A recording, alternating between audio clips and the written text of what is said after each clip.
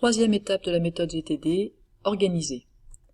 On en était resté à une liste de projets et les premières actions associées. Et on va regarder ici comment on peut les organiser. Dans la méthode GTD, on vous propose de faire 4 listes. Une liste des prochaines actions, toutes ces choses que vous allez pouvoir faire dès que vous aurez du temps, qui sont clairement identifiées. Une liste de projets, où vous noterez tous les projets en cours.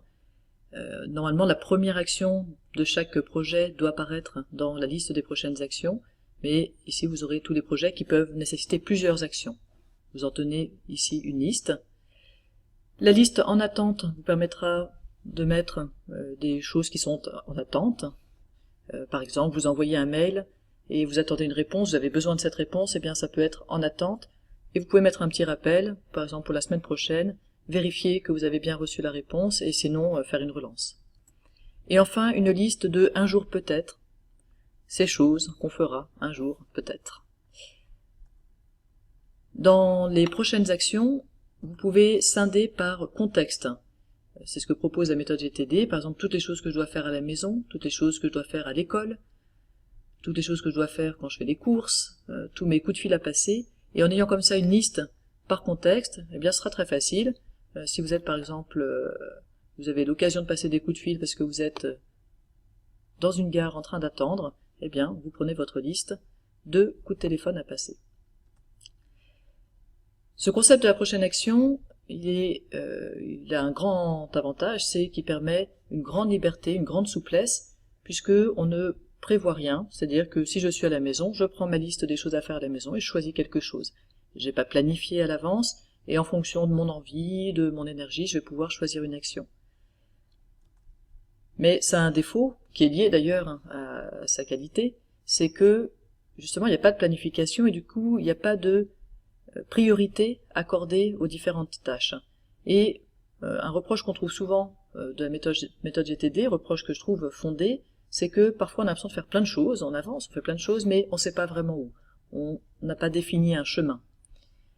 Et puis le deuxième reproche qu'on peut faire à ce concept de la prochaine action avec une seule liste de toutes les prochaines actions, c'est que à chaque fois qu'on voudra faire quelque chose, il faudra décider quelle chose on fait. Et le processus de choisir ce qu'on va faire, ça peut être un processus fatigant, en tout cas qui demande une certaine énergie, et on pourrait préférer décider une fois pour toutes, puis se laisser guider par le choix qu'on a fait, par exemple, voici toutes les tâches que je veux faire aujourd'hui.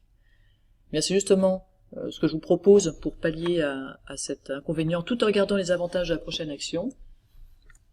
Vous gardez donc les listes de GTD, mais simplement vous pouvez sectionner la liste des prochaines actions et sectionner la liste des projets en les prochaines actions à faire aujourd'hui, cette semaine, ce mois-ci, et les projets actuels, les projets futurs.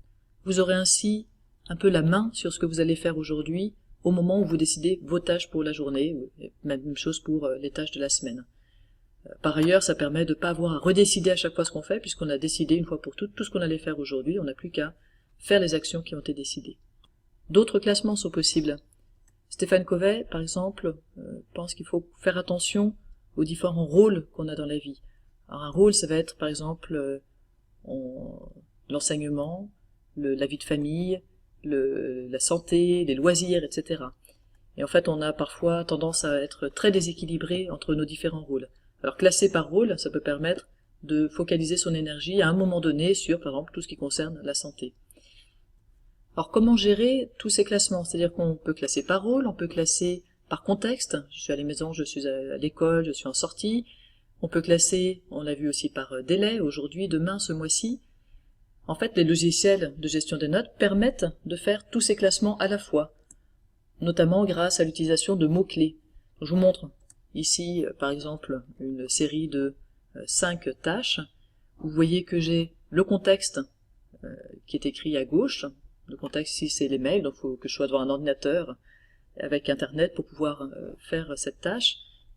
J'ai entre parenthèses à la fin le domaine de vie qui est concerné, et puis toutes ces notes vont être dans un carnet de notes, par exemple dans le carnet de notes aujourd'hui.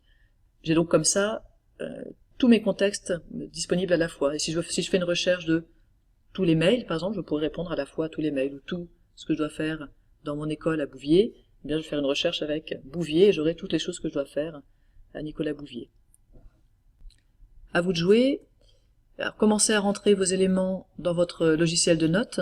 S'il est encore sur papier, bien, commencez à les rentrer dans une boîte de réception. Et puis utilisez des mots-clés tels que téléphone, mail, travail, école, maison, etc. pour donner un titre à vos notes qui soit de manière à ce que ce soit facile à rechercher ensuite. Vous pourrez ensuite rechercher par exemple tout ce qui est professionnel ou tout ce qui est téléphone. Et tester justement cette recherche par mots-clés. Je vous rappelle que avec Evernote, vous avez la possibilité d'utiliser le mot-clé InTitle pour retrouver uniquement les notes qui, dans leur titre, contiennent le mot tel, par exemple, et pas avoir les notes qui, dans le corps de la note, contiendraient le mot tel, ce qui vous intéresse pas forcément à ce moment-là.